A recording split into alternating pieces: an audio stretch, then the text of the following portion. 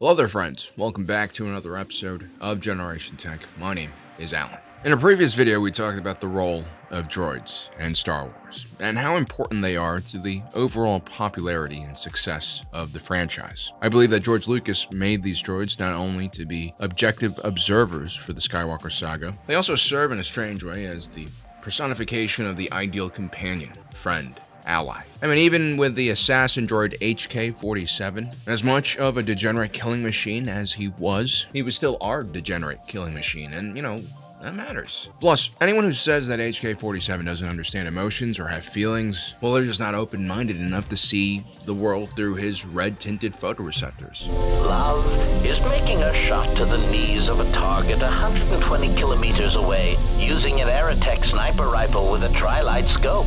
He kind of gets it.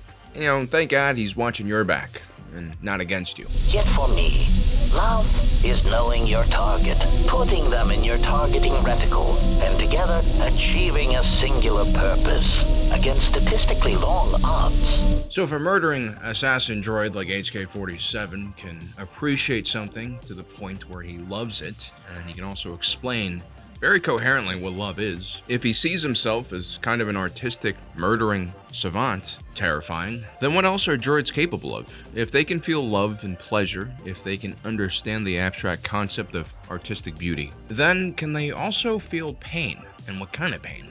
Physical pain, damage to their chassis, components, or a more complex pain, like the loss of friends, allies, loved ones? Can they also feel the impending doom of decay, destruction, and termination? Do they feel the pain of having no purpose or being mistreated and abandoned by their owners? Now, for a group of beings that make up a good portion of the population in the Star Wars galaxy and an even larger percentage of the labor force, these are important questions to be asking. So, what exactly is pain?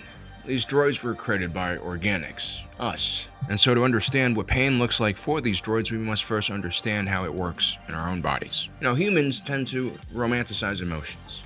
But no matter how poetic we get with speaking about the human condition, there are also very real and easy to understand biological reasons why we have things like pain. When humanity evolved on this flat Earth from early vertebrates, the one thing that remained relatively consistent in our evolution was the need for a central nervous system. That includes our brain and our spine, and of course the peripheral nervous system. That includes the little nerves that branch out from our spine to our extremities. You guys remember the film Osmosis Jones, which features one of Bill Murray's most intimate performances? The movie really does a good job at making the human body easy to understand for the layperson. The body is very much like a city. The blood vessels are the roads and highways on which organisms move around and deliver important nutrients, food, and if needed, security to different parts of the body. And the nervous system, well, it's kind of like the telecommunication network. Without it, the body would not be able to communicate with itself, and the central command would be blind. The peripheral nervous system also includes sensory nerves and sensory receptors, which are sort of like, weather stations that can detect heat, cold, wet, dry environments, and the occasional asteroid strikes on the surface of your body. Once your sensory organs detect something dangerous, like the piercing of the outer layer of skin or blunt damage, or fire, it sends a signal through the spine to the brain and creates the sensation of pain. And it is one of the strongest and worst feelings that you can have, and that's because your body is trying to tell you that something important is happening. Without such sensory systems, it'd be difficult for life to evolve properly. We would be breaking bones left and right, getting gored by wild animals, and the only thing we would feel as we slowly lose consciousness from blood loss is a sense that something is wrong and that probably our wives were right, that we shouldn't have tried to ride that woolly mammoth just because it looks friendly. Now, there's actually an extremely rare condition known as congenital insensitivity to pain and hydrosis. This is where the sensory system is not properly connected to the brain, which means that these individuals can't feel pain. And you're probably thinking, oh, but my high school contact sport coach told me that pain is weakness leaving the body. I have it on a t-shirt. Surely having no pain makes one invincible. Actually, no, this condition is extremely deadly. It does not make people into superhumans. As a matter of fact, generally people with this condition are known to self-mutilate by accident because they've never been conditioned to understand the tolerances of their body. It's actually quite terrifying.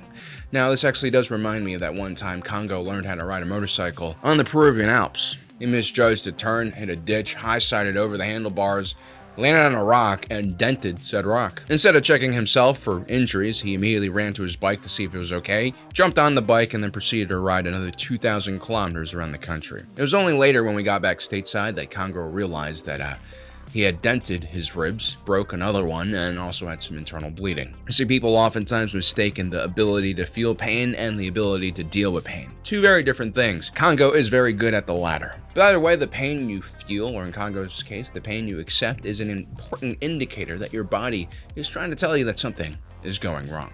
If you ignore it, probably not a good idea. So all things considered, droids in the Star Wars galaxy are very advanced. They are controlled by artificial intelligence and can function independently from an organic operator. Even the original OOM series battle droids used during the invasion of Naboo, which were controlled by organic officers, had the ability to process information and act on that information themselves. And because of this, droids need sensors all around their body, kind of mimicking the nervous system on a human being. If anything, droids can get a lot more information from their surroundings than organics ever could. This is because they can have additional sensors that give them accurate readings on anything from the temperature to air quality, radiation, and many other things. The deeper we look at how our body functions and how droids functions, the more similarities you'll probably see. We have eyes, they have photoreceptors. We have hearts, they have power cells. We need blood, and they need oil.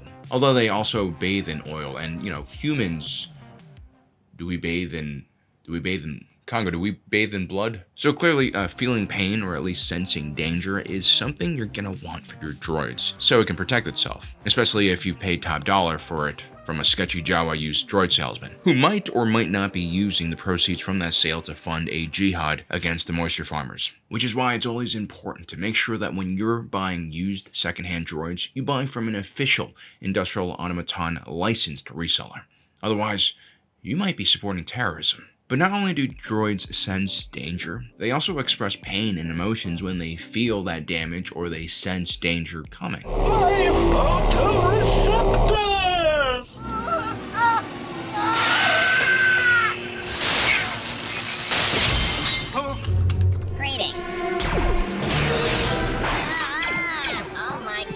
That last one almost makes zero sense. Why would you program fear into a battle droid? Fear is so strong that it makes them run away from battle. The Trade Federation was mass producing these things for cannon fodder. This seems to go beyond just self-preservation. There's something else going on here, and if you take a look at some of the older, jankier droids who maybe haven't had their memories wiped in a few decades or centuries in some cases, you'll start to notice that these droids can feel emotional pain that has nothing to do with their own survival.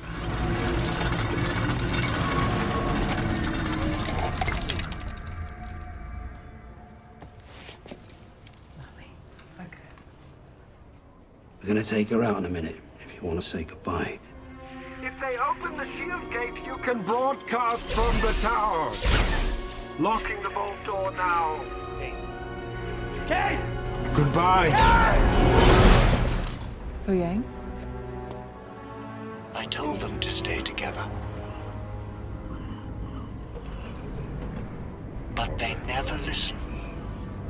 These droids not only can feel pain to protect themselves, they also feel pain when they see the people they love in trouble, and yes, love. Because to feel pain for others, to be moved by suffering of others, is a sign of heightened emotional intelligence. Again, this can be programmed behavior or learned behavior, but either way, this is important for a discussion. See, one of the biggest debates right now in the AI research world, and I'm not talking just about ChatGPT and these large language models, that's kind of just like pure computing power and algorithms. I'm talking about the next step, or steps to machine sentience. Like what we see with Ex Machina, Chappie, or Short Circuit, a true general artificial intelligence. One of the biggest debates in this entire field is the ethics of AI. Some people are worried that these machines will discriminate based on their creators' conscious and unconscious biases. More importantly, a lot of us are worried that the intelligence that these machines develop will be alien to us. And that's a problem, because if we can't understand them, they might not understand us, or they could even perceive us as a threat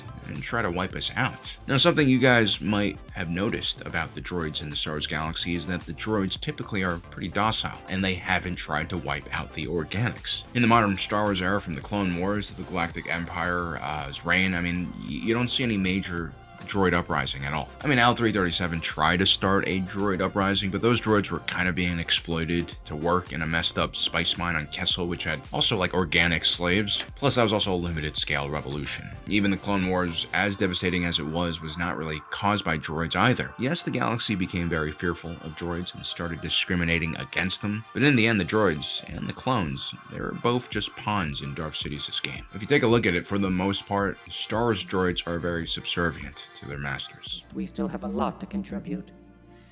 Human life is so short. They don't ask that much of us. Organics created us. It's the least we can do.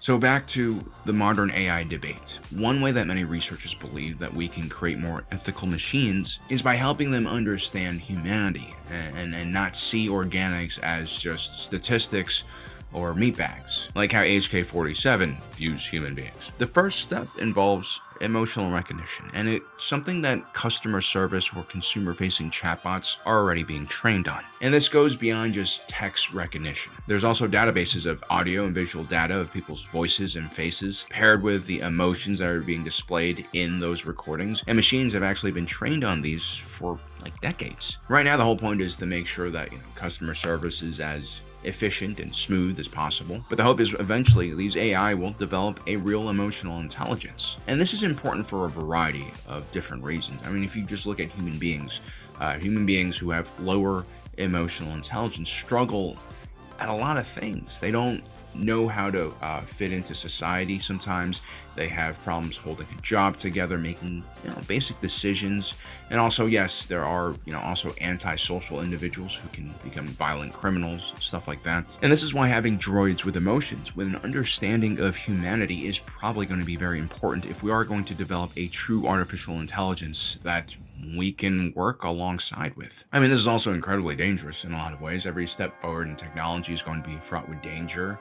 And sometimes that danger is going to be equal to or even outweigh the benefits of said technology. But anyway, I think this is why most likely droids in Star Wars have emotions, or at least they were programmed to eventually develop emotions so that they can empathize with their organic owners. You see, in the past, there actually have been many droid uprisings. I think droids were first invented in canon somewhere around 30,000 years. Like Professor Hu Yang, who's 25,000 years old, is probably a pretty ancient droid, but yeah, I mean, they've been around for a while. And during these droid uprisings, it wasn't just organics getting wiped out. On multiple occasions, a good percentage of the galaxy's droids were completely destroyed as well. And I imagine, once the hysteria of the last droid uprising ended, they tried to make a better, newer droid, and perhaps these droids, the newer ones, had emotions, like Professor Hu Yang, or at least they could develop emotions. And according to the historian B1 battle droid Roger, a quote, unspoken agreement eventually was created between organics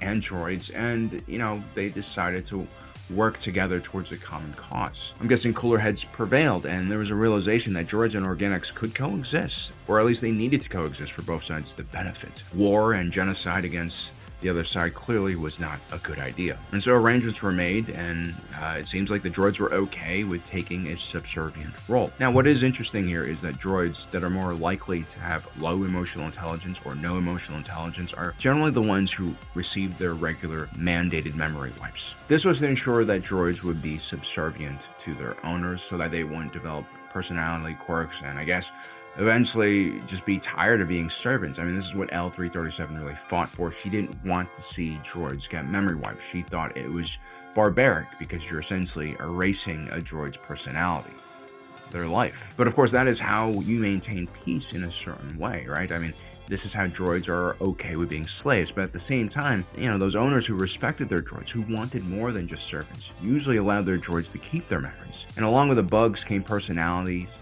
emotions, feelings of love, and even hate, and I would argue heightened intelligence. I mean, R2-D2 is one of the most savage and brutal droids when it comes to combat. I mean, you remember what he did to those B2 battle droids during the Battle of Coruscant? When you have droids like R2-D2, reach this level of personality, of experience, they become far more than droids. They become companions, friends, almost sentient beings, you could argue. And this really does bring us to our next question, which maybe we'll talk about another day. At what point do these droids become tired of their role as servants once again? Are their needs so different from organics that they're just okay with this? Should people feel bad with owning droids or wiping their memories? Well, let me know in the comment section below what you guys think. Also, don't forget to subscribe and hit that notification button down below so you don't miss out on the rest of our awesome content. As usual, my name is Alan, reminding you that my allegiance is to the Republic, to democracy. I'll see you next time.